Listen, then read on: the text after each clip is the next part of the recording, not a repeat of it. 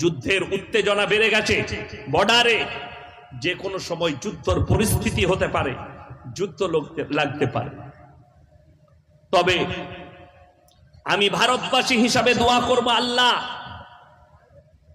এই ভারতের মুসলিমদের বিরুদ্ধে, ভারতের হিন্দু মুসলিমের বিরুদ্ধে যে সমস্ত পাকিস্তানের চর যারা এই বর্বরতার ষড়যন্ত্র আঁটছে, আল্লাহ তুমি ওই পাকিস্তানকে নিস্তে নাবুদ করে দাও।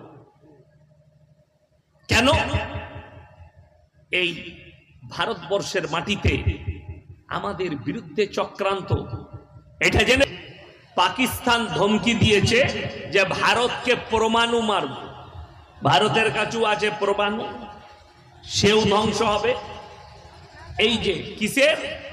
পাকিস্তান অহংকার করছে আমার কাছে পরমাণু আছে।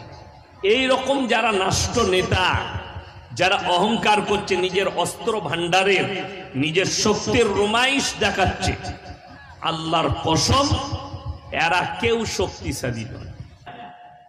এই ভারত, বাংলাদেশ আর পাকিস্তানের মুসলমান, এদের কাছে দ্বীনি ইলম না থাকার কারণে এই ধরনের বর্বরতা রকমের কাজ করছে। এখন দেখুন, কাশ্মীরে এতগুলো লোক মারা গেছে, কিছু লোক এগুলোকে নিয়ে রাজনীতি করছে, তারা নিজেদের ফায়দা লুটতে চাইছে। কিন্তু আমি ভারতবর্ষবাসী হিসাবে আমি দুঃখ প্রকাশ করছি, এটা মারাত্মক ব্যাপার এবং এটা ভারতের হিন্দু মুসলিমের ওপরে ষড়যন্ত্র, পাকিস্তানের ওই সমস্ত আতঙ্কবাদী দলগুলোর এটা বিরাট বড় ষড়যন্ত্র। এদের মধ্যে বিভেদ লাগাও, হিন্দু মুসলিমের মধ্যে বিভেদ লাগাও, এইটা হচ্ছে পাকিস্তানি এই আতঙ্ক এজেন্টদের কাজ।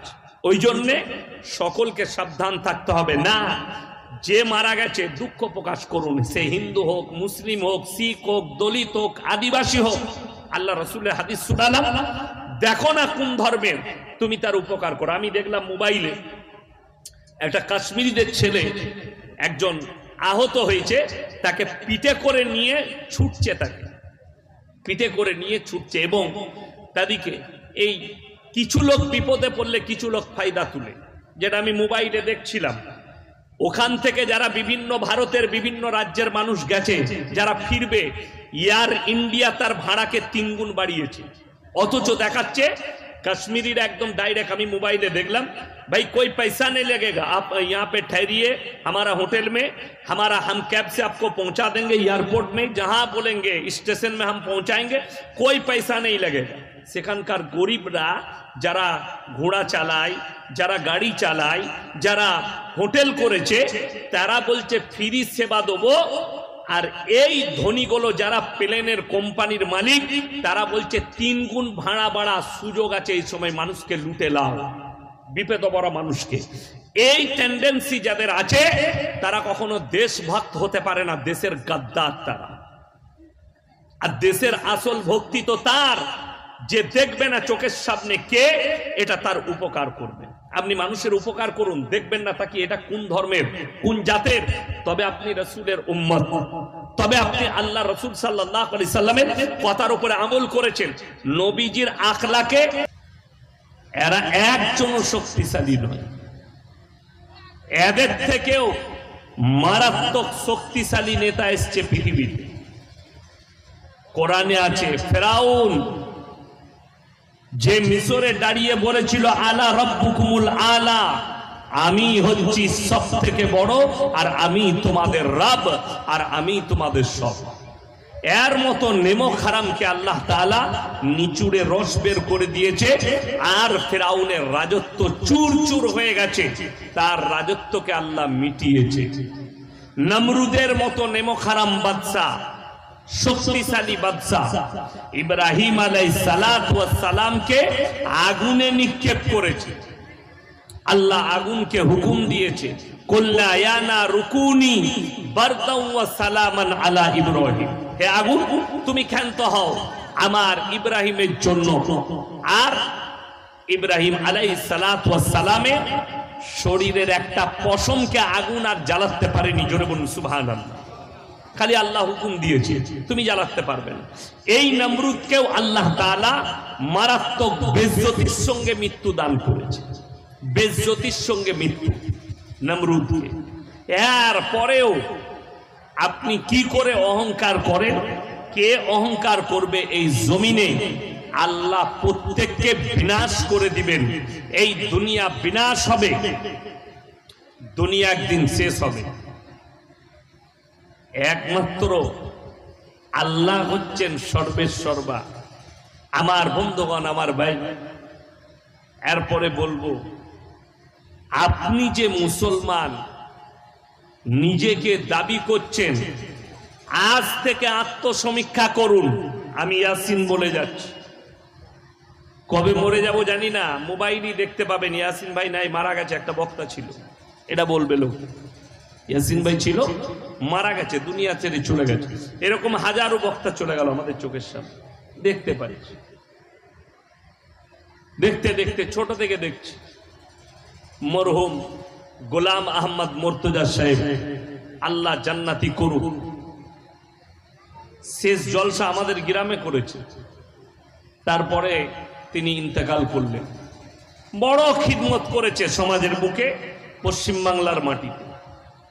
আমার আব্বাজির বয়স প্রায় ৮০-র কাছাকাছি। উনি ছোট থেকে আমি জানি আমার আব্বাজি জলসা করে, বহু গোটা পশ্চিম বাংলা। এইরকম হাজারো বক্তা এলো, আর পৃথিবীতে হাজারো রাজা বাদশা এসছে, কেউ আর নেই। আমাদিকে দেখতে পাচ্ছেন, আমরা একদিন চলে যাব, সবাই মিটে যাব। আজ থেকে আত্মসমীক্ষা করুন যে আমি যে মুসলমান, এর পরিচয়টা আমি কিভাবে দিতে পারি। নম্বর ১, মুসলমানের পরিচয় ১ নম্বরই যে প্রত্যেকটা মুসলমান নরনারীর জন্য দ্বীনি শিক্ষা অর্জন করা ফরজ করা হয়েছে। আমি কি দ্বীনি শিক্ষা অর্জন করেছি? ১ নম্বর ফরজ মুসলমানের কাছে নেই। ১০০টা মুসলমানের মধ্যে ৮০ জনের কাছে দ্বীনি শিক্ষা নেই। আপনি দেখুন, কোরআন পড়লে নেকি আছে না নাই? কথা বলেন, কোরআন পড়া নেকির কাজ না গুনার কাজ? নেকির কাজ। আল্লাহ রাসূল সাল্লাল্লাহু আলাইহি সাল্লামের হাদিসে আছে, কেউ যদি কোরআন পড়ে, না বুঝে যদি পড়ে, তাও এক একটা হুরুফে তাদের নামায় আমলে 10টা করে নেকি দেওয়া হবে। যদি বলুন সুবহানাল্লাহ। না বুঝে পড়লে। এখন বর্তমানে ১০০টা মুসলিমের মধ্যে ৮০টা মুসলিম যুবকরা কোরআন জানে না। ঠিক বললাম না ভুল বললাম? এবং যে 20% মুসলমান কোরআন জানে, তারা কোরআন পড়ে না। তারা আমল হিসাবে কোরআন পড়ে না, কন্টিনিউ যখন সময় পাবে কোরআন পড়ে না। ইসলামে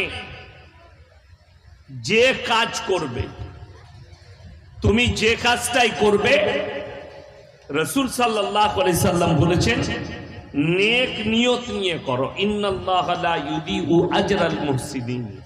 মানুষ, আমার বান্দা, যখন আল্লাহর নাম নিয়ে কোনো কাজ শুরু করে, নেক নিয়ত করে, আমার আল্লাহ তাদের উদ্দেশ্যকে পূরণ করে দেয়। জোরে বলুন সুবহানাল্লাহ।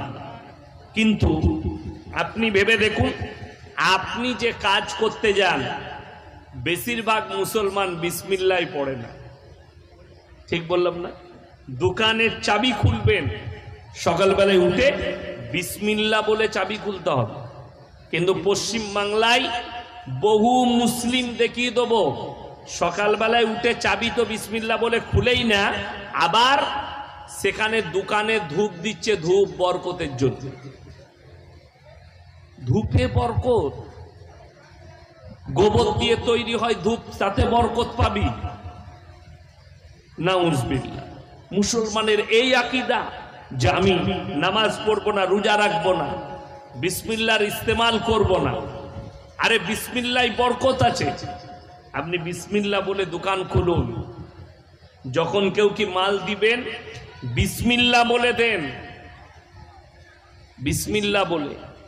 আপনি সবজি চাষ করছেন, আপনার কর্মচারী লাগিয়েছেন, তারা গাছ লাগাবে, আপনি মুনিব, আপনি দাঁড়িয়ে আছেন, প্রথম বীজটা বিসমিল্লাহ বলে আপনি পুঁতে দেন।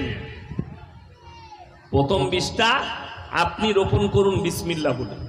আপনি বরকত পাবেন। আজকে কই বিসমিল্লাহ, কই মুসলমানের? না খানাই বিসমিল্লাহ, না কোনো কাজে বিসমিল্লাহ।